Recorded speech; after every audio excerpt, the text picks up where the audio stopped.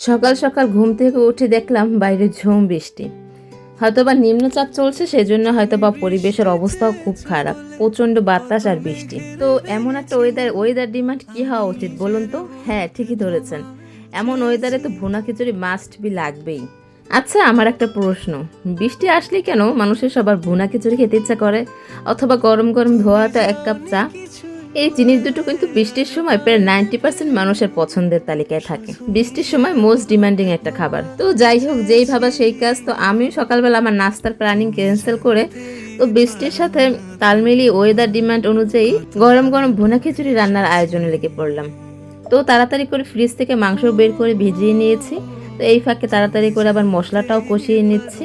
সুন্দর করে মশলা কষানো হয়ে গেলে আমি মাংস কেটে রেখেছিলাম, ফ্রিজে গরুর মাংস ছিল, তো সেটা আলু দিয়ে আমি একেবারে মাংস পরিষ্কার করে ধুয়ে নিয়েছি। তারপরে এখন সেখানে খিচুড়ির ভিতরে মশলার ভিতরে দিয়ে দিয়েছি। তারপরে এটা কিছুক্ষণ কষিয়ে তারপরে আমি চাল দিয়ে দেব।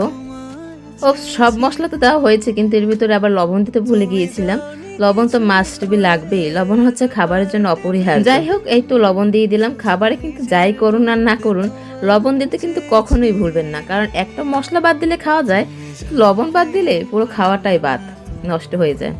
যাই হোক, লবণটা দিয়ে আমি আবার কিছুক্ষণ মশলাটা ভালোভাবে মাংস কষিয়ে নিচ্ছি। সাথে কাঁচামরিচ দিয়েছি, আমি লাল গুঁড়ো মরিচ একটু কম ব্যবহার করেছি। কাঁচামরিচের ফ্লেভারটা খিচুড়ির সাথে কিন্তু অনেক ভালো যায়, সেজন্য এখানে কয়েকটা কাঁচামরিচ ভালো করে কেটে তারপরে দিয়ে দিচ্ছি এর ভিতরে। এবারে আরও কয়েক মিনিট অপেক্ষা করছি ভালো করে মশলা কষানোর জন্য। মশলা কষানো হয়ে গেলে এখানে চাল ডাল আমি ধুয়ে নিয়েছিলাম, মুগ ডাল, মসুরির ডাল, চাল ডাল বেশি দিলে কিন্তু খেতে কিন্তু খুব ভালো লাগে। তো এই তো ডাল দিয়ে তারপরে আমি এখানে সুন্দর করে এখানে আবার কিছুক্ষণ কষিয়ে নিচ্ছি। কষিয়ে তারপর এর ভেতরে আমি গরম পানি দিয়ে দিচ্ছি কিছুটা। সকাল সকাল সবাই ঘুমাচ্ছে আর আমি এখানে বসে এই ডিউটি পালন করছি। আসলে মেয়েদের তো ডিউটি পালন করতেই হবে, তাদের আসলে কোনো ছুটি নেই, সবারই ছুটি আছে, ঠান্ডা ওয়েদারে সবাই ঘুমাচ্ছে।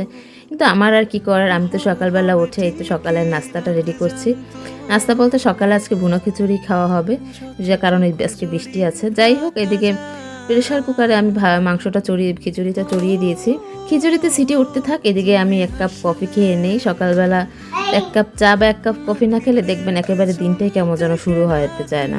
তার জন্য এই তো সময় করে 1 কাপ কফি বানিয়ে নিচ্ছি নিজের জন্য। 1 কাপ চা অথবা কফি খেয়ে দেখবেন দিনের শুরুটা কিন্তু একেবারে মন চাঙ্গা হয়ে যাবে, আর নিজেকে অনেক প্রফুল্ল লাগবে, কাজেও অনেক নতুন উদ্যম পাবে। লাস্ট কয়েকদিন অনেক গরম পড়েছিল, গরমের জন্য তো একেবারে চা কফি খাওয়াও দায় হয়ে পড়েছিল, কিন্তু এখন আপাতত মোটামুটি ওয়েদারটা ঠান্ডা আছে যেহেতু নিম্নচাপ। তো এই তো এরকম ডিমান্ডিং একটা ওয়েদারে যদি 1 কাপ কফি হয় আর কি লাগে বলুন তো। যাই হোক, আমার কফি খাওয়া শেষ হতে হতে কিন্তু আমার সকালের খিচুড়িও রেডি হয়ে গেছে। তো আমি খিচুড়িটা আজকে সার্ভ করে নিচ্ছি।